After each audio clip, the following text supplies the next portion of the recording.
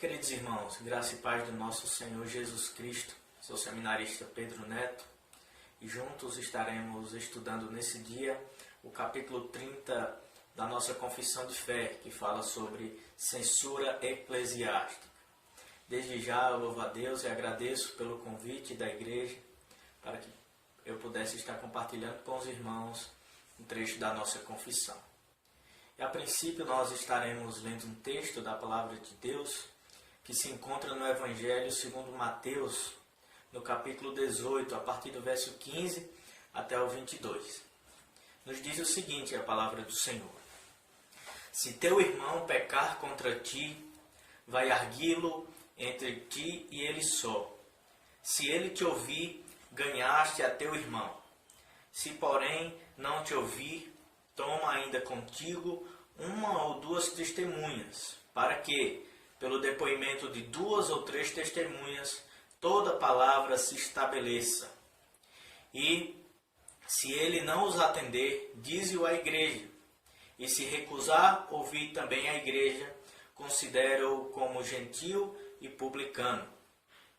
Em verdade vos digo que tudo que ligardes na terra terá sido ligado nos céus, e tudo que desligardes da terra terá sido desligado nos céus. Em verdade também vos digo que, se 2 dentre vós sobre a terra concordarem a respeito de qualquer coisa que, porventura, pedirem, ser-lhes-á concedida por meu Pai, que está nos céus. Porque onde estiverem 2 ou 3 reunidos em meu nome, ali estou no meio deles. Então Pedro, aproximando-se, lhe perguntou: Senhor, até quantas vezes meu irmão pecará contra mim, que eu lhe perdoe? Até 7 vezes? Respondeu-lhe Jesus: Não te digo que até 7 vezes, mas até 70 vezes 7. Oremos ao Senhor nesse instante.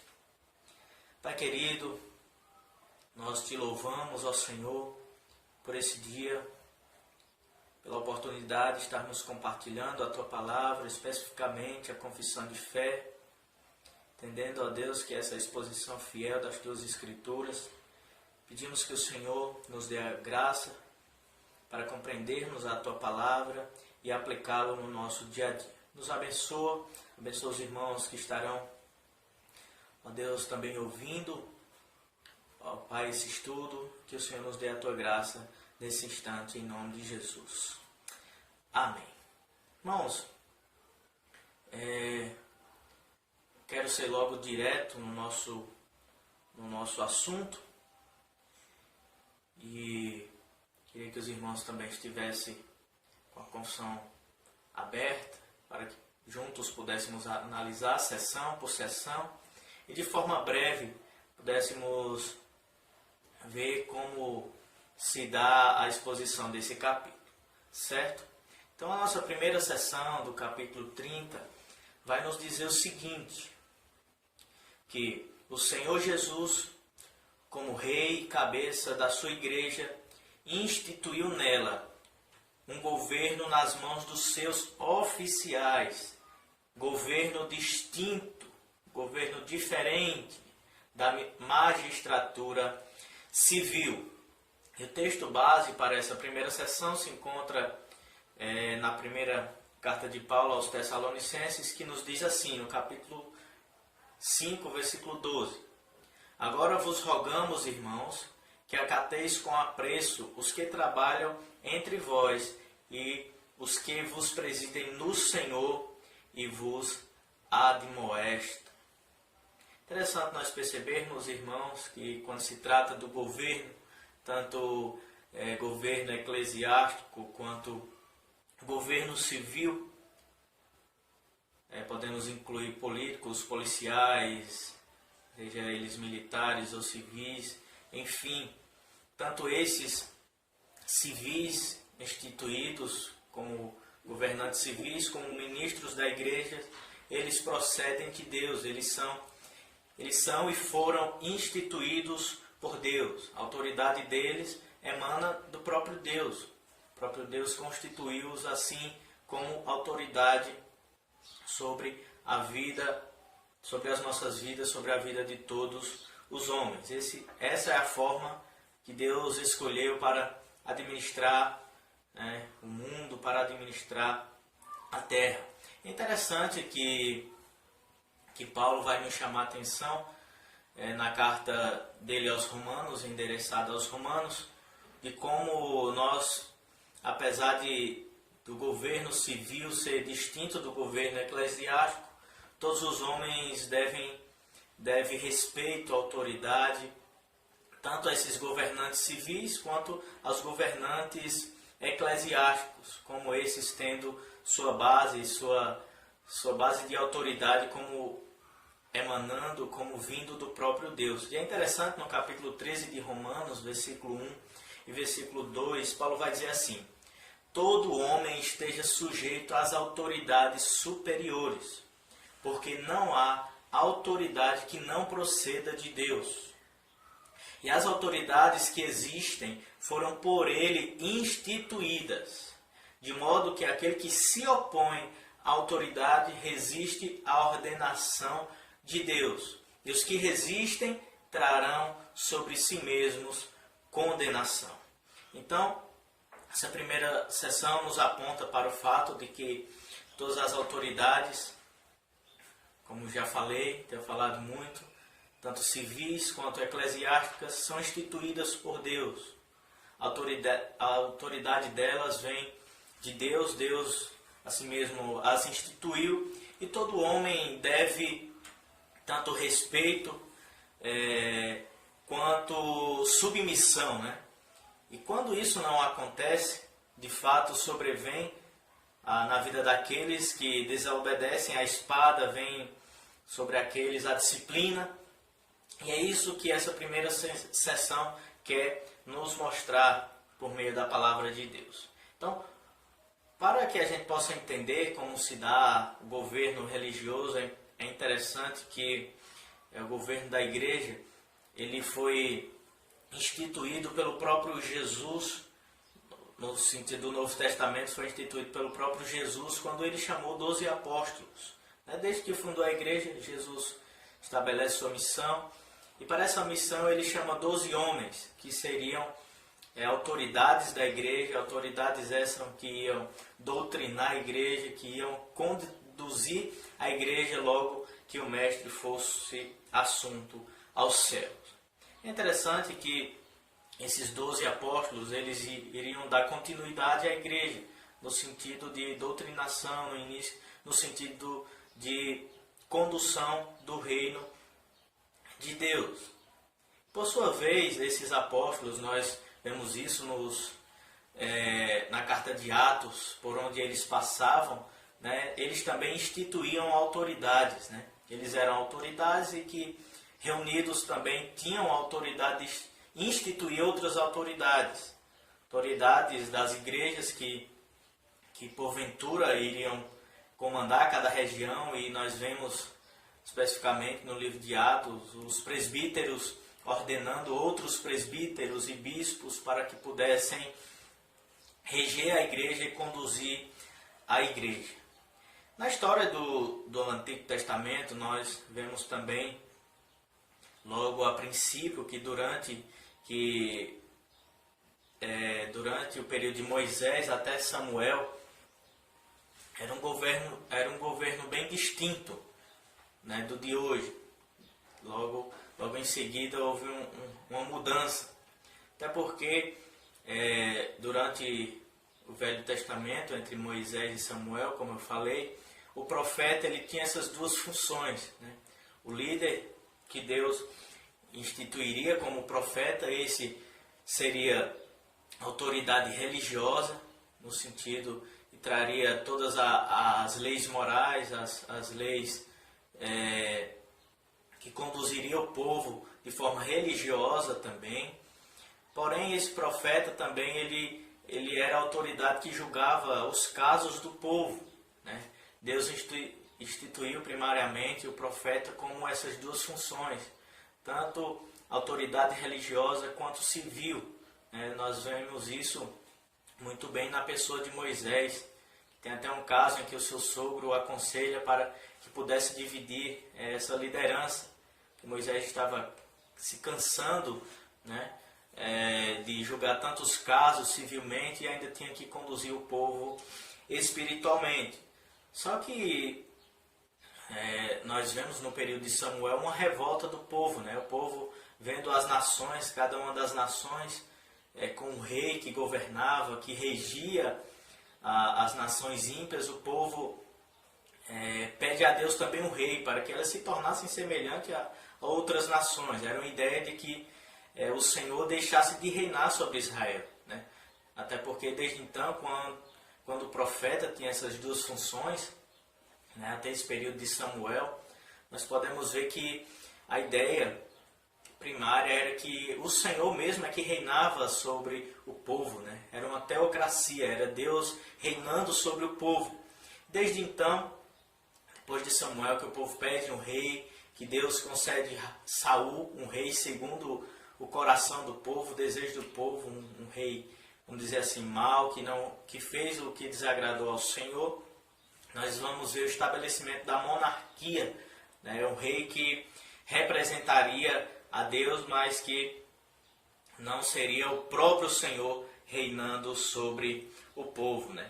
Então foi justamente após esse estabelecimento da monarquia que estes poderes, tanto o poder, autoridade religiosa, quanto o poder civil, né, foram separados e permanece até hoje. Por isso que a nossa confissão diz que esses governos são distintos. O governo eclesiástico é distinto da magistratura civil. Nós vemos isso de forma clara, porque logo também na vida de Saul, quando Saul pensava que poderia agir com autoridade religiosa, quando Deus havia instituído tão somente como rei que reinaria sobre o povo civilmente, né? Nós vamos ver Saul oferecendo um sacrifício, né? E foi a partir dali que Saul foi rejeitado por Deus, porque não cabia a Saul oferecer sacrifícios. Não era papel de Saul estabelecer e fazer sacrifício a Deus. É interessante que também nós vamos ver em 2 Crônicas um texto que nos diz justamente sobre isso. 2 Crônicas, capítulo 23, versículo 18, diz assim: E resistiram ao rei Uzias e lhe disseram: A ti, Uzias, não compete queimar incenso perante o Senhor, mas aos sacerdotes, filhos de Arão, que são consagrados para este mistério. Sai do santuário, porque transgrediste, nem será isso para honra tua da parte do Senhor Deus. E nós vemos isso também na prática, né? Nós vemos durante a história esse princípio sendo reafirmado na história da igreja, né? Nós podemos ver o estrago que aconteceu quando o governo civil tentou se aliar com a igreja, né? Nós podemos ver isso. Foi necessária uma reforma. Por isso que foi necessário Lutero se levantar e dizer: não, é necessário romper esses dois poderes, não dá para comungar, né, esses dois poderes, até porque tantos cargos eclesiásticos, né, eram concedidos como favores políticos, quanto a doutrina da igreja acabava sendo de acordo com aquilo que o Estado estabelecia e que acabava agradando o Estado e não ao Senhor. Nós vemos isso de forma bem prática, o quanto foi ruim para a história da igreja, né? A partir do momento em que a igreja se uniu com o Estado, né, as heresias começaram a surgir, né, e nós podemos ver quão ruim foi isso, e foi necessário logo após um rompimento. E para que possamos entender e encerrar essa primeira sessão, né, a respeito dessa distinção que o Senhor fez da magistratura civil, também a distinção da magistratura civil quanto à religiosa, Charles Hodge, ele comentando essa sessão, ele vai nos dizer algo bem interessante, que diz assim: Cristo, o Deus homem, como rei medianeiro, pela instrumentalidade de seus apóstolos inspirados e seus escritos, instituiu um governo para a sua igreja. E por sua providência e seu espírito, ele continua graciosamente e administrá-la até os fins do tempo. Por isso, a igreja é um reino teocrático. Prestemos atenção a esse princípio que Roger está falando. Que a igreja é um reino teocrático. Toda autoridade e poder descem e não sobem. Os pastores e presbíteros ensinam e governam no nome de Deus e não do homem. Então podemos ver essa questão de Roger reafirmando, né, mesmo essa distinção que houve, né, no povo de Israel, separando esses dois poderes. A igreja ainda assim é um reino teocrático. É do Senhor que emana todo o poder, toda a autoridade que o conselho e que os pastores exercem, né? Não são autoridades inerentes ao próprio pastor, ao próprio conselho, mas são autoridades que o Senhor constituiu para representá-lo. Então, dessa mesma forma, a igreja ainda continua sendo um reino teocrático, onde o Senhor conduz, onde o Senhor exerce tanto a sua disciplina quanto a sua correção por meio dos seus pastores, por meio da autoridade estabelecida por ele. Então, irmãos, podemos resumir, se podemos resumir essa primeira sessão em uma frase, podemos dizer o seguinte, que o governo da igreja é de natureza doutrinária e disciplinar. Então é importante estabelecermos isso, né, que a natureza do governo da igreja tem dois aspectos. É doutrinária, ou seja, a igreja, o governo da igreja é aquela que doutrina, que mostra o caminho que os crentes devem andar, mas é de natureza também disciplinar. Ou seja, o governo da igreja é também reconhecido pelo Senhor como seus representantes para disciplinar os membros faltosos, para que eles, após serem corrigidos, voltem ao caminho correto que devem andar. Então, tudo isso independe do governo civil, né?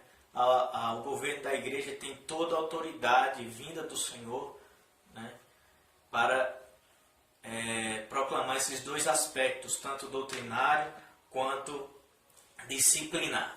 Então vamos prosseguindo para a nossa segunda sessão, que fala sobre esses oficiais, né, da igreja, sobre esses ministros ordenados que o Senhor mesmo instituiu, que nos diz o seguinte, a sessão segunda. Para esses oficiais foram entregues as chaves do reino do céu.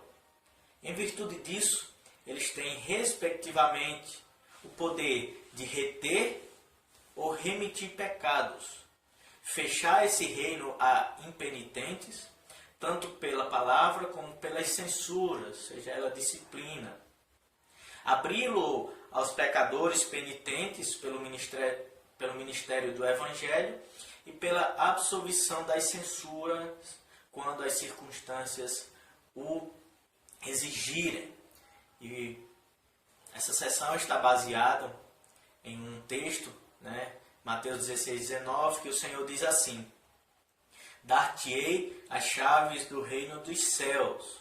O que ligares na terra terá sido ligado nos céus, e o que desligares na terra terá sido desligado nos céus. É interessante, irmãos, reafirmar esse princípio dessa sessão que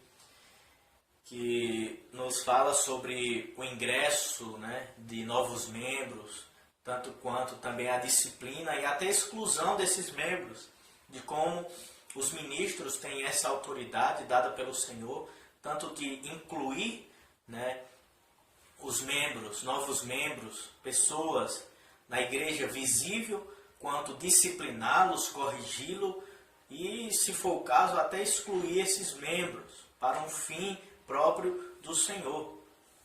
E é interessante que tanto esses três aspectos de ingresso, disciplina e exclusão é uma prerrogativa exclusiva aos ministros ordenados, né?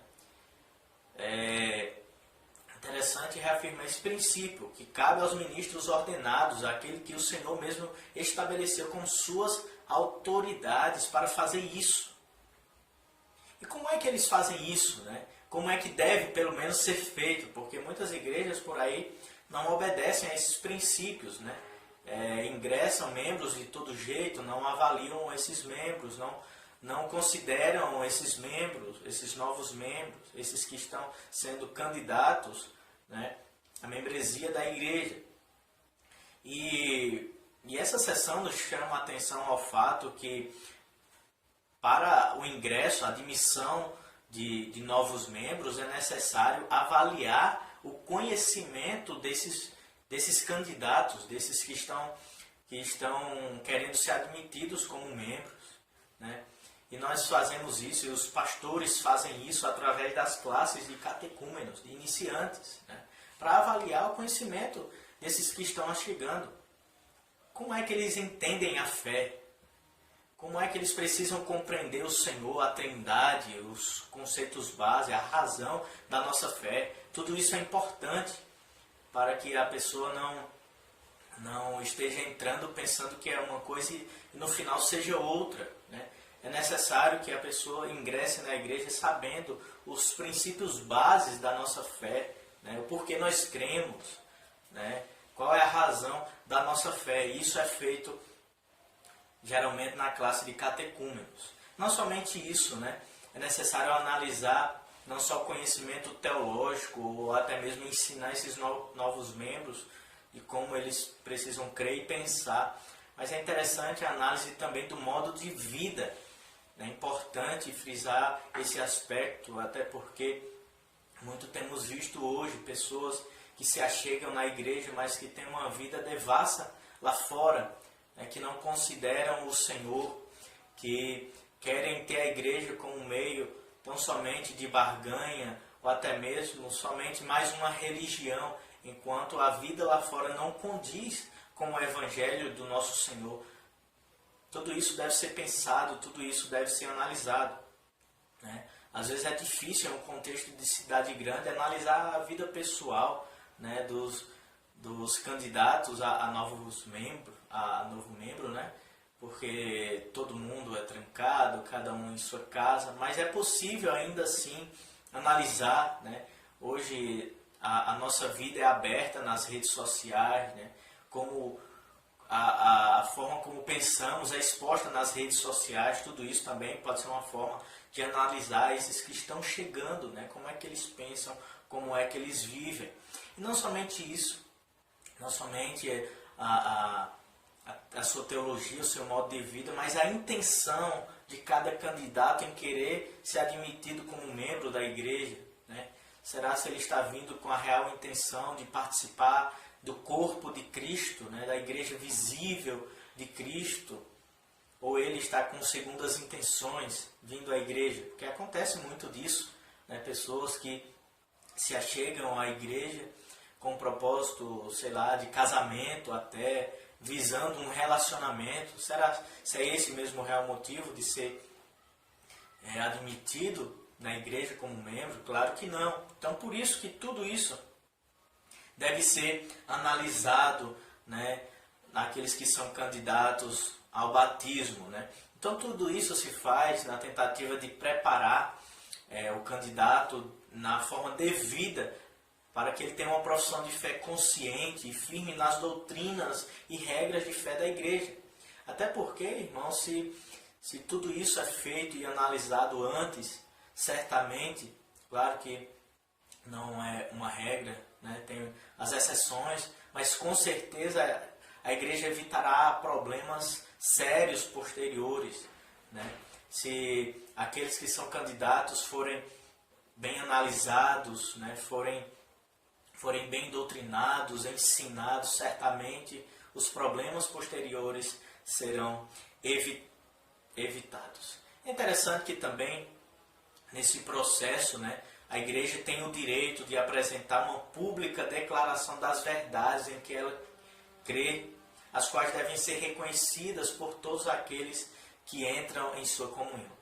É interessante que todos nós, ou todos aqueles que foram batizados, professaram sua fé, fizeram um juramento diante da igreja, né, que jura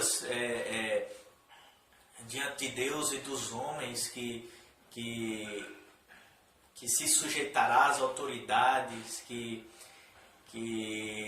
está sujeita a tudo que as autoridades disserem, né, desde que essas permaneçam fiéis às Escrituras, né?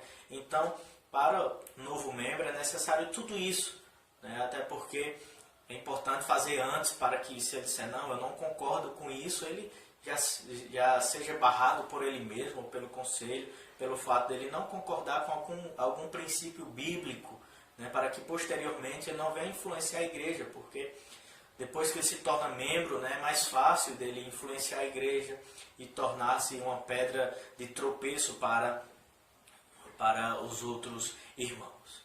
É interessante que quando se trata desse texto que Jesus falou, né, que daria as chaves do reino aos seus discípulos, né, às suas autoridades, é interessante que o ingresso pelo batismo na igreja local é justamente essa chave que abre o reino do céu. O reino do céu. Isso se chama o poder das chaves, ou seja, isso é o poder de abrir e fechar as portas da igreja, de admitir ou excluir, né? Essa autoridade que o Senhor concede é bem interessante, porque só é dada aos seus ministros devidamente ordenados para que eles possam tanto admitir esses novos membros quanto excluir, se assim forem necessários. É interessante destacarmos pelo menos 2 princípios aqui, que nós, apesar de Cristo ter dado as chaves aos seus ministros, né, às suas lideranças, precisamos pelo menos reconhecer 2 coisas. Primeiro é que perdoar pecado é um atributo incomunicável de Deus e de Cristo, né? Não está sob o poder dos ministros a autoridade de perdoar pecados. É importante a gente frisar isso, né? Porque essa questão de perdoar pecados é só o Senhor, só o nosso Deus quem pode perdoar pecados, porque muitos ministros rogam para si a autoridade, né, suprema, que podem perdoar e os membros se verem livres das suas cargas de pecado, quando na verdade o membro deve reverência e a sua confissão de pecados tem que ser exclusiva a Deus. O segundo aspecto é que Deus a nenhuma classe de homens deu a capacidade ou a faculdade de distinguir em termos absolutos os bons dos maus, aquilo que a gente chama da ceifa, da separação do trigo e do joio, né? Não compete aos ministros ordenados fazer isso, não. Os homens não têm essa capacidade de distinguir, né, os bons dos maus. Lembre-se que isso será feito no último dia, né? O Senhor mesmo separará, né, na sua eira os seus eleitos, né, distinguirá o trigo do joio, né? Então, o poder eclesiástico de abrir e de fechar os céus, esse poder das chaves que estamos tratando aqui, né, tanto de atar, de desatar, é um ato declarativo. É importante entendermos isso, né? As censuras eclesiásticas simplesmente declaram qual é a mente e a vontade de Cristo no caso, né? Então, as autoridades só têm autoridade para fazer alguma coisa se elas estão debaixo do Senhor, debaixo da palavra do Senhor, respaldado na palavra. Até porque o poder não é da autoridade em si, como eu falei, inerente à autoridade, mas a autoridade vem do Senhor e essa autoridade está respaldada na sua palavra. Quando o conselho da igreja, quando seus pastores e presbíteros exercem a palavra de Deus, a sua autoridade baseada na palavra, claro que certamente se cumprirá, porque eles estão respaldados na palavra de Deus. Segundo Roger, as censuras, né, só podem ter efeito nas relações do censurado com Deus e com a igreja invisível, até onde representam e fazem a vontade de Deus quanto ao caso.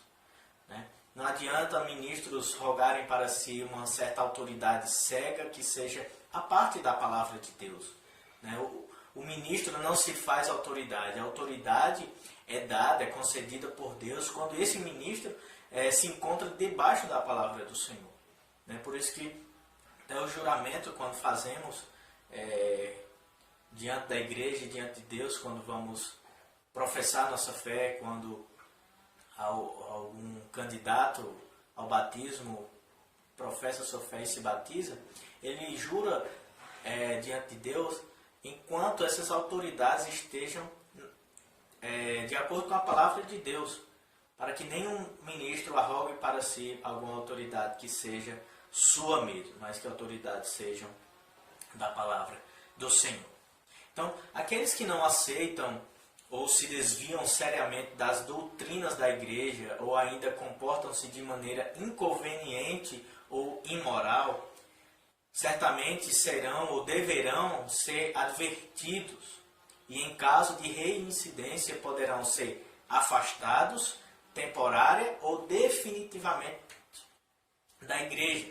Né? Até porque quando alguém faz isso da igreja, diante da igreja visível, né? Ou seja, do seio da comunhão da igreja, vamos dizer assim, denominacional, da igreja visível, é porque já o fez assim diante da igreja invisível, daquela que só o Senhor conhece, já se desviaram diante de Deus. Então, cabe à igreja, né, a disciplina e até a exclusão de seus membros.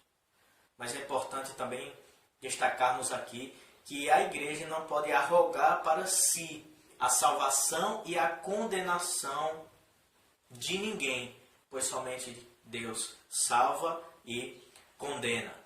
A preocupação de Jesus e dos apóstolos também foi o desvio doutrinário, até porque muitas igrejas hoje em dia disciplinam mais as pessoas por usos e costumes, por doutrinas de homens e não doutrinas da palavra de Deus. Ou muitas vezes nós nos detemos somente aos desvios morais. Claro que um desvio moral também é um pecado e que deve ser devidamente disciplinado. Mas a preocupação de Jesus e dos apóstolos era no quesito também das falsas doutrinas. Até porque hoje em dia a gente não vê muitas pessoas serem disciplinadas por alguma heresia, né? A heresia parece que é mais aceita no seio da igreja e não é considerado como um pecado grave diante de Deus. E Jesus não, e os apóstolos sempre condenavam, sempre disciplinavam e exortavam aqueles que agiam de forma contrária ao Evangelho de Cristo. Né? Nós vemos Jesus censurando muito os fariseus, os saduceus, aqueles que interpretavam a Bíblia de outra forma. Né? Nós vemos Paulo censurando os judaizantes e todos aqueles que queriam trazer um novo evangelho. Né? Paulo até diz e chama esse outro evangelho, outra pregação de anátema, de maldição. Enfim, é preciso que a igreja também se detenha a essas questões, né? Porque a disciplina desses que trazem novas doutrinas, novos ensinamentos, né? Que não sejam da palavra de Deus. É interessante que Paulo, na carta aos Filipenses, ele vai dizer, no capítulo 3, versículo 2, ele diz: acautelai-vos dos cães, acautelai-vos dos maus obreiros, acautelai-vos da falsa circuncisão. Então, se podemos resumir, né, essa segunda sessão em uma frase, podemos dizer que tanto o ingresso, a disciplina e até mesmo a exclusão da igreja visível cabe aos ministros ordenados. Então, vamos prosseguir na terceira sessão. Eu vou ler as duas sessões, a terceira e quarta. Só temos 4 sessões nesse nosso estudo. Eu vou ler a terceira e posteriormente a quarta. A terceira sessão nos fala sobre a questão da disciplina. Qual o propósito, qual o fim, né, dessa disciplina. Até porque tem uma razão de disciplinar. Né? Não se disciplina alguém, não se exerce uma disciplina sem um fim, sem um propósito, porque o Senhor estabeleceu isso, para que o Senhor estabeleceu a disciplina na igreja. Né? E a terceira seção vai nos dizer o seguinte, ela diz assim: censuras eclesiásticas, ou seja, a respeito da disciplina, né, são necessárias para, em primeiro lugar, chamar e ganhar para Cristo os irmãos ofensores. Então a ideia não é que as pessoas vão embora do seio da igreja, mas a ideia principal e primordial é chamar e ganhar para Cristo os irmãos ofensores, para que eles se arrependam, para que eles possam enxergar o seu caminho errado e possam se arrepender dos seus pecados e voltar ao Senhor. Não somente isso, as censuras eclesiásticas são necessárias para impedir que outros pratiquem ofensas semelhantes. Porque se um membro, nós sabemos muito bem disso, se um membro pratica algum pecado e não é disciplinado, muitos outros podem ver o seu mau exemplo e dizer: rapaz, eu posso seguir esse mesmo caminho. Né? A disciplina que deve ser feita, o que essa sessão está nos dizendo, é justamente para que o pecado não contamine. O pecado é altamente contaminável. E na tentativa de purgar ou até evitar essa contaminação, né, daí surge a necessidade da disciplina, né, para aquele irmão faltoso, para que outros vejam e possam dizer: rapaz, esse não é o caminho certo, eu não posso tomar o mesmo caminho desse irmão. Então a punição vem como forma de educação também, né?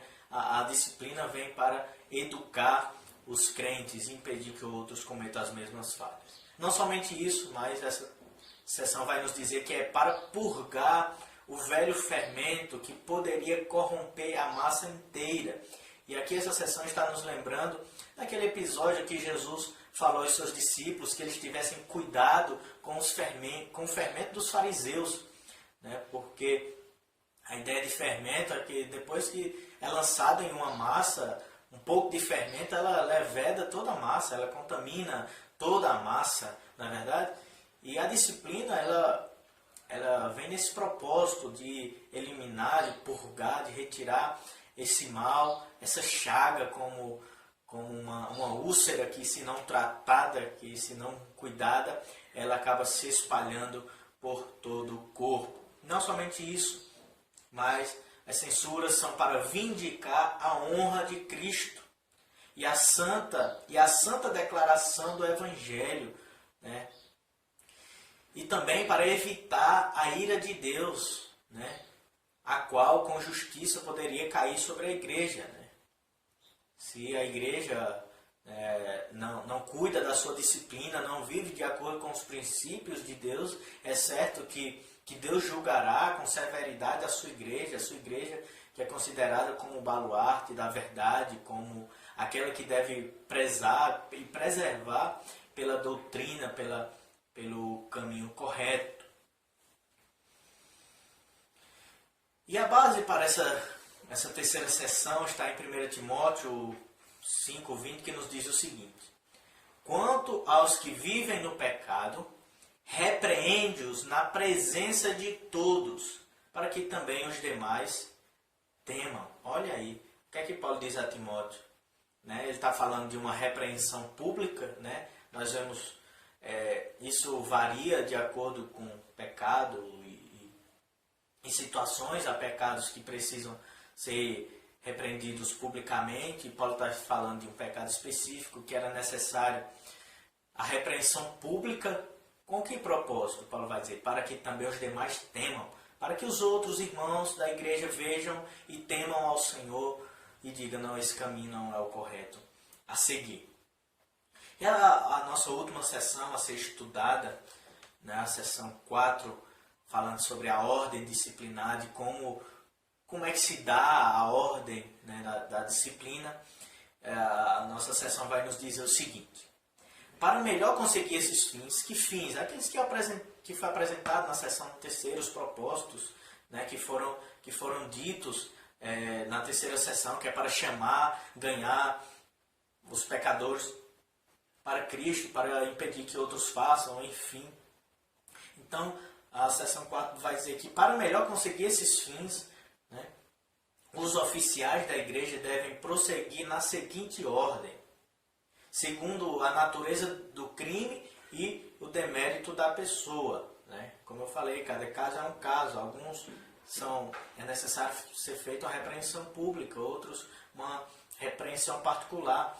E a nossa seção vai dizer que primeiro é necessário fazer uma repreensão, depois a suspensão do sacramento e da ceia do Senhor e por último a exclusão da igreja, se assim for necessário.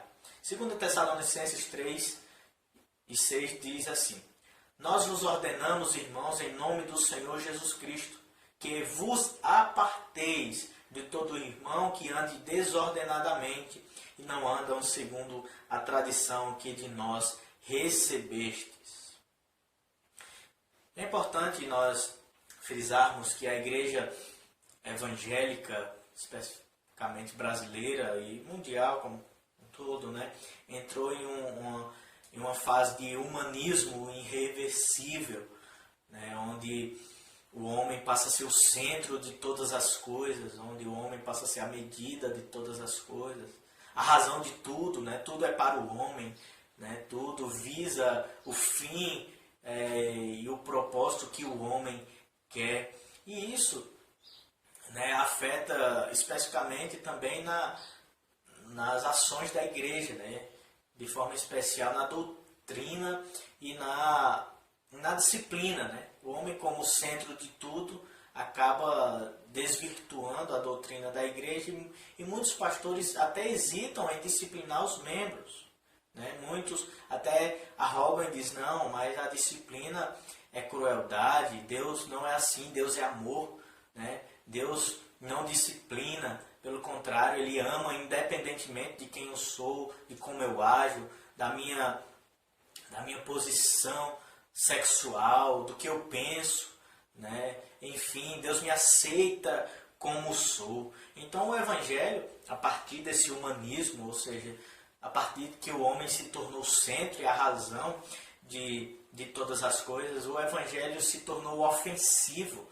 E as pregações que o mundo deseja, que o mundo anseia, tem que ser uma pregação muito bem filtrada, que não fale sobre pecado, que não fale sobre erro, né? Que fale tão somente do Deus gracioso que ama o pecador e que o aceita assim como ele é, que Deus não exige uma mudança de vida. Você precisa tão somente ter uma religião, porque afinal todas as religiões te levam até Deus. Então é esse tipo de pregação que tem minado a doutrina da igreja e consequentemente as bases para a disciplina. Né? Então o resultado de tudo isso é o enfraquecimento da disciplina, né, doutrinária na igreja.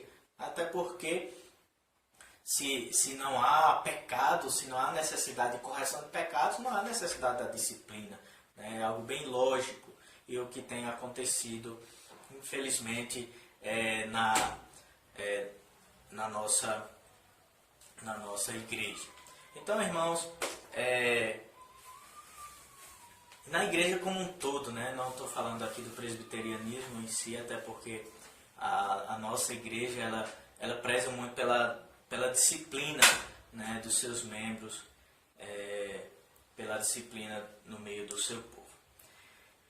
É interessante, irmãos, que para que a igreja agrade ao Senhor, é necessário colocar as Escrituras como centro do seu ensino, né? Retirar esse homem, né, do centro, retirar o humanismo do centro. É necessário reafirmar os princípios da reforma, né? Só a Escritura, ou seja, somente a Escritura precisa estar no centro, né? Para que possa assim reafirmar especialmente os princípios da disciplina que Cristo nos ensinou com o propósito de santificação da sua noiva. Então, esses princípios são específicos com o propósito final de que a noiva de Cristo, a noiva do Cordeiro, seja santificada para aquele grande dia. Então, de forma prática, irmãos, você fica perguntando, mas como deve proceder uma disciplina de forma bem prática, de forma assim que pelo menos os membros possam cooperar para que a igreja se torne sã, sadia, saudável, né? Até porque a disciplina é considerada pelos reformadores como a marca da igreja saudável, a marca da verdadeira igreja. A disciplina entra como a marca da verdadeira igreja. E esse texto que nós lemos, que eu li no início, vai falar justamente sobre esses passos, né, de como deve ser o exercício da disciplina na igreja. Como nós devemos proceder. E de forma bem prática, eu quero apontar aqui, para que nós possamos encerrar logo após esses passos, pelo menos 4 passos que nos apresentam esse texto. Então, como é que deve ser aplicada a disciplina na igreja? Em primeiro lugar, o primeiro passo. O texto que nós lemos vai nos falar sobre um primeiro contato individual, pessoa a pessoa. Não sei se os irmãos repararam, mas diz assim, versículo 15. Se teu irmão pecar contra ti, vai arguí-lo entre ti e ele só. Se ele te ouvir, ganhaste teu irmão. É interessante que a atitude aqui não é daquele que ofendeu, que vai procurar a reconciliação, né? Mas é a parte ofensora que vai perante o irmão pecador, perante aquele que o ofendeu, para que na tentativa de uma conversa ele reconheça seu pecado, se arrependa e se volte para o Senhor. É interessante que Jesus está nos ensinando que quando nós formos ofendidos, a iniciativa de ter uma conversa discreta, individual, a atitude deve ser nossa, e não daquele que ofendeu, e não daquele que causou o problema, né?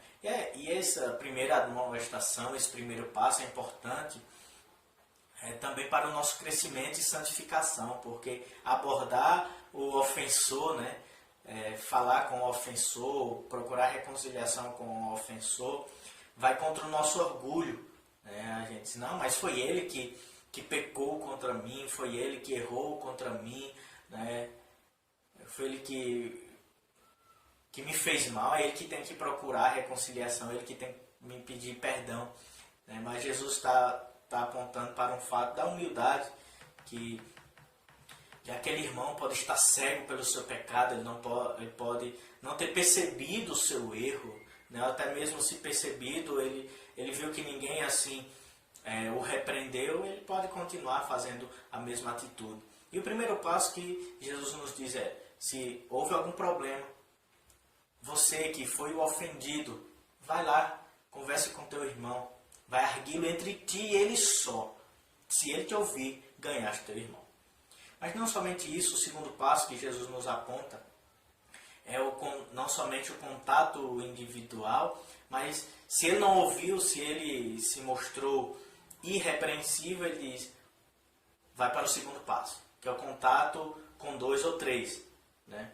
Versículo 16 nos diz o seguinte, se porém não te ouvir, toma ainda contigo 1 ou 2 pessoas, para que, pelo depoimento de 2 ou 3 testemunhas, toda a palavra se estabeleça.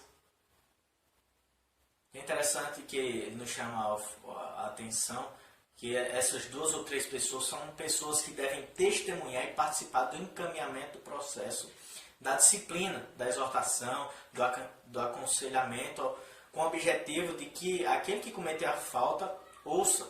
Não é simplesmente juntar fofoqueiros para acusar o irmão, mas até porque a gente vê que o processo aqui não se tornou público, não é uma coisa que se tornou já pública e todo mundo já sabe. Não, é que aquele que foi ofendido pegou 2 testemunhas e vai levá-las para junto do ofensor, e esse ofensor talvez pelo depoimento das 2 pessoas se convença e diga, não, eu errei, eu me arrependo, eu quero voltar atrás. Então não é simplesmente juntar aqueles que são revoltados, aqueles que estão